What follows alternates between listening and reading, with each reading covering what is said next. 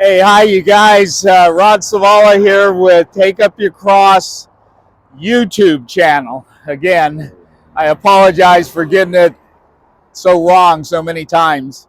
But again, happy Easter to you and happiness. I know sometimes in the body of Christ, we hear the word happiness and people immediately say, well, I'm not happy, but I'm joyful.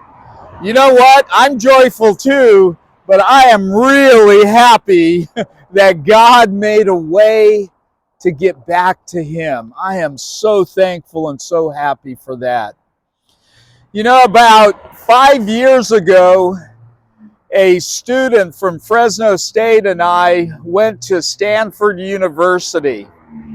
And as we were preaching on the campus and we were handing out Bible tracts, two of the students from Stanford came up to us and they asked if we could talk. We said, yeah, sure.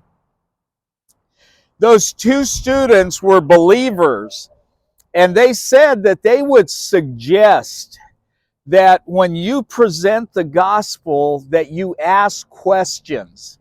And Aaron, I got to pause right now. Aaron and I have noticed that in some of the videos I am really talking loud, and I apologize for that. I've got a microphone on that I'm trying to figure out the level of volume. So I don't mean to be shouting in your ears. But these two students, they said that at Stanford University, one of the things that they're taught from day one is ask questions. And I would just like to go over some questions. Let me get my sign here. I'd like to go over some questions that I ask people. One of them is I just flat out ask them, what's your plan? What's your plan for life? And what's your plan for death? What's your plan? And let them talk. Here's another one. What's the most frightening thing about life? And, some people will say, well, that, there might be an earthquake, that I might not have the money to pay my bills. They go on with things. And I remind them that one of the things that ought to frighten them is the fact that they are an eternal creature. They are an eternal being. And if the grave is the end of the story, we don't have anything to worry about. But the grave's not the end of the story. And for eternity, you will either know God's favor and be called one of His children, or you will know God's wrath and be called one of His enemies. Okay, so that question is, what's the most frightening thing about life? And then another one is, what do you think? Tell me what you think of the man Jesus. Who is He?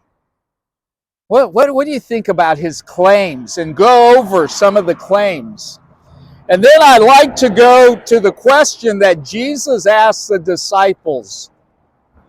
Jesus said to the disciples, who do they say I am?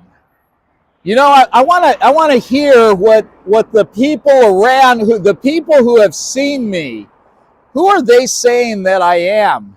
And the disciples answered Jesus. They say they think this, they think that.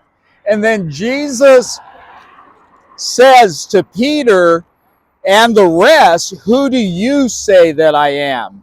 And then Peter answers, let me read that. This is in Matthew chapter 16, and it looks like around verse 13. Now when Jesus came into the district of Caesarea Philippi, He asked His disciples, who do people say that the Son of Man is? And they said, some say John the Baptist, others say Elijah, and others Jeremiah, or one of the prophets. He said to them, But who do you say that I am?